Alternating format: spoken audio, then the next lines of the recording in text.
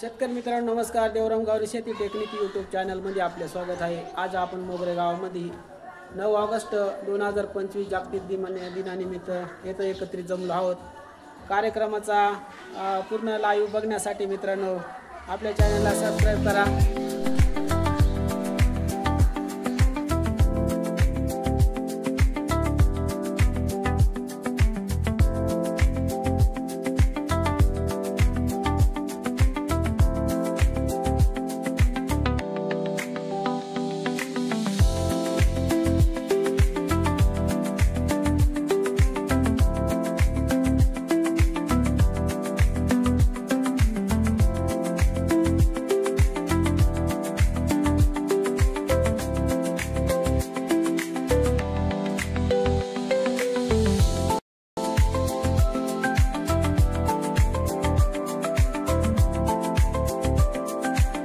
आपण जिल्हा परिषद शाळेकडे पोहोचलेले आहोत.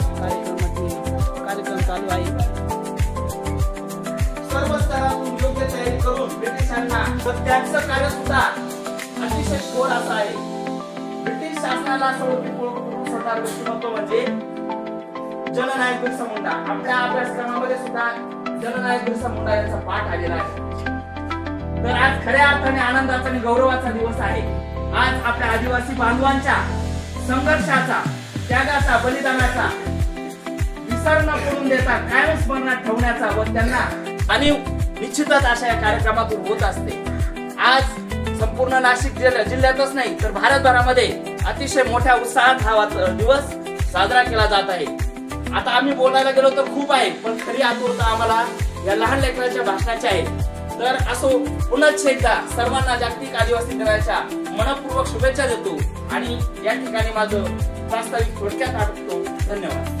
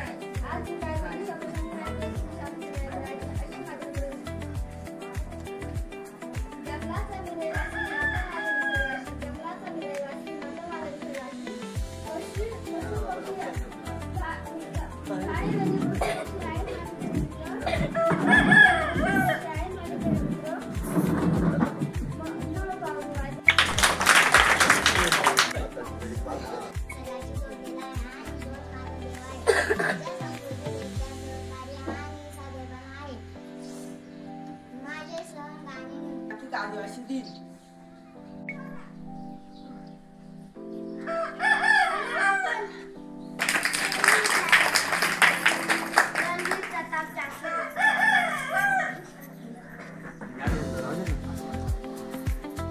अध्यक्ष भाषे पूज्य गुरुजी वर्गाने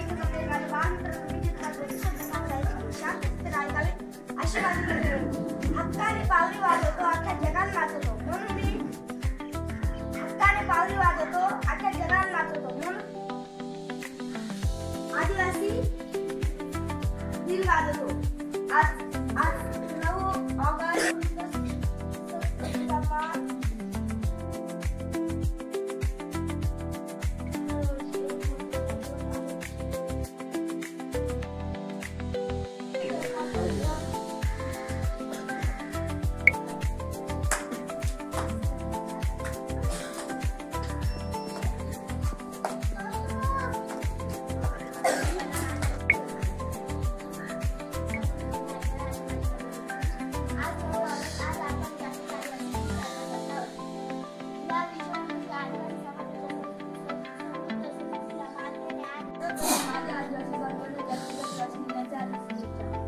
प्रत्येक वर्षी 9 ऑगस्ट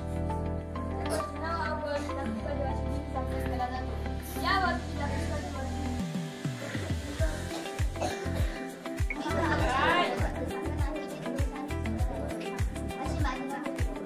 आज 9 ऑगस्ट जागतिक आदिवासी दिन हा फक्त साजरा करायचा नसतो, तर जगाला आपलं अस्तित्व दाखवायचा दिवस असतो.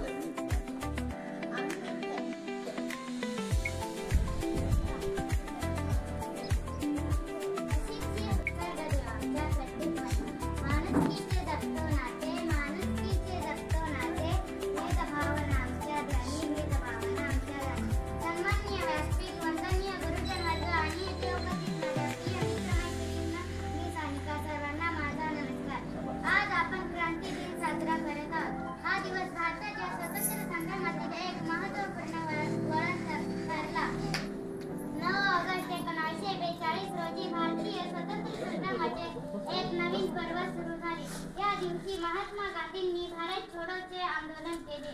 या आंदोलनाने भारतीय जनतेत स्वातंत्र्याच्या लढ्यात नवचैतन्य निर्माण केले. या आंदोलनाच्या माध्यमातून लाखो भारतीयांनी ब्रिटिश राजवटीविरुद्ध आवाज उठवला. अनेक कार्यकर्त्यांनी या लढ्यात स्वतः बलिदान दिले. आज आपण या क्रांती दिनाच्या निमित्ताने त्या सर्व शहीदांना वंदन करतो. त्यांच्या बलिदानामुळेच आज आपण स्वतंत्र देशात जगत आहोत. आपल्याला त्यांचे हे योगदान कधीच विसरता येणार नाही. जय हिंद, जय भारत, जय आदिवासी. आज व्यासपीठावरील सर्व मान्यवर, कार्यक्रमाचे अध्यक्ष आणि सर्व प्रमुख पाहुणे, समस्त ग्रामस्थ यांचे हार्दिक स्वागत करतो. आपल्या समोर हे जे क्रांतिकारकांचे फोटो लावले, या सर्व क्रांतिकारकांना नमन करतो. आज जागतिक आदिवासी दिवस आणि क्रांती दिवसाच्या तुम्हाला सर्वांना हार्दिक शुभेच्छा. खरं म्हणजे भारतीय राज्यघटनेच्या 22 भाग, 19 खंड आणि 395 कलम या सर्वांना साक्षी ठेवून आपल्या भारतात हा जागतिक आदिवासी दिवस साजरा केला जातो. तसं पाहायला गेलं तर आदिवासी या शब्दाचा खूप मोठा गण अर्थ आहे. आदी म्हणजे आधीपासून राहणारा, मूळ निवासी. आदी म्हणजे मूळ, आदी म्हणजे मूळ, की या देशाचा, या भारताचा मूळ निवासी, या जगाचा मूळ निवासी म्हणजेच आदिवासी. तर मग जर एक विचार करायला गेलो तर या आपल्या भारतातच असे मूळ निवासी आहेत का?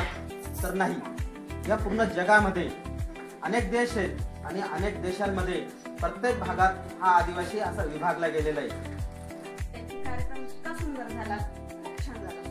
तुमचा उत्साह, तुमचं भाषण करण्यासाठी स्टेजवर डेअरिंग करणं, बोलणं, तुम्ही आतापासून डेअरिंग करताय याचं खूप कौतुक वाटतं. काही छोटे छोटे मुलं भाषण करताना ते विसरून गेले, पण ठीक आहे, त्यांनी खूप छान प्रयत्न केले. मुळातच तुम्ही भाषण करायला सुरुवात करता तेव्हा तुम्ही त्या दिवसाचं महत्त्व जाणून घ्यायचा प्रयत्न करत असता. तुम्हाला ती उत्सुकता असते की आपण स्टेजवर जाऊन जे बोलणार आहे. आज जागतिक आदिवासी दिन आणि खऱ्या अर्थाने जगाच्या पाठीवरती आदिवासी समाजाचं अस्तित्व टिकवण्यासाठी किंवा त्यांच्या अडीअडचणी सोडवण्यासाठी संयुक्त राष्ट्रसंघाने एक मीटिंग घेतली आणि या मीटिंगमध्ये या 9 ऑगस्टच्या दिवशी जो त्यांनी अजेंडा मांडला, त्यामध्ये आदिवासींचा विकास करणं, त्यांना गोरगरीब जन्मी याच्यातून बाहेर काढणं, त्यांचा खऱ्या अर्थाने विकास होणं, हा त्या गोष्टीचा, हा त्या अजेंड्याचा खरा उद्देश होता. आणि तो उद्देश म्हणजे आजचा दिवस. आणि हा आजचा दिवस आज खऱ्या अर्थानं आपण अख्ख्या जगामध्ये 9 ऑगस्ट म्हणजे हा जागतिक आदिवासी दिवस म्हणून आपण साजरा करतो. जागतिक आदिवासी दिवस साजरी करताना तुमची आमची सर्वात महत्त्वाची भूमिका कोणती असली पाहिजे, तर ती भूमिका अशी असली पाहिजे की आपण ज्या समाजातून जन्माला आलोय त्या समाजाचं देणं लागतं, त्या बाबतीत तुम्ही आम्ही काम करतो. आणि काम करत असताना तुम्ही काय करायचं, आम्ही काय करायचंय, तर आपला समाज, आपली परंपरा, आपलं अस्तित्व टिकवण्याचं काम या ठिकाणी केलं पाहिजे. आणि हे कधी होईल तर हे ज्यावेळेस आपल्या त्या महापुरुषांनी आपल्याला शिकवलंय त्यांच्या आचार विचार आज आपण जोपासलेत आणि त्यांचे आचार विचार घेऊन जर आपण आजपासून जर चालत असू तर आज आपल्याला लढाया करायच्या नाही, काही करायचं नाही, फक्त आपल्याला यांचे विचार हे टिकवायचे, यांचे विचार आपल्यात रुजवायचे आणि ते विचार आज आपल्या मुलांना द्यायचे. कारण का आदिवासींची संस्कृती कशी टिकत आली तर ती त्यांची बोलीभाषेतून टिकली, ती त्यांच्या नाचगाण्यातून टिकली, ती त्यांच्या वादनातून टिकली, ती त्यांच्या चित्रकलेतून टिकली. उदाहरण जर द्यायचं म्हटलं तर वारली पेंटिंग, याच्यामधून आदिवासी समाजाची संस्कृती ही टिकत आली. आणि आदिवासी समाजाची संस्कृती म्हणजे ही इतिहासातली नव्हे तर संपूर्ण जगामधली एक प्राचीन अशी संस्कृती, तिचा अभिमान तुम्हाला आम्हाला असला पाहिजे. आज खऱ्या अर्थानं मला मनस्वी आनंद होतोय का माझ्या या जिमुकलेली या ठिकाणी भाषण सादर करताना इतकं सुंदररित्या भाषण सादर केलं. आणि त्याचंच उदाहरण म्हणजे आज जर हे विचार जर तुमच्या मनामध्ये जर आज जर असतील तर अतिशय सुंदर, कारण की एवढीशे रोपं लावली आणि त्याचा वेलू गेला गगनावरी. आणि या गोष्टीच्या मागे संत तुकाराम महाराज म्हटले, भाग्यवंता घरी भजन पूजन.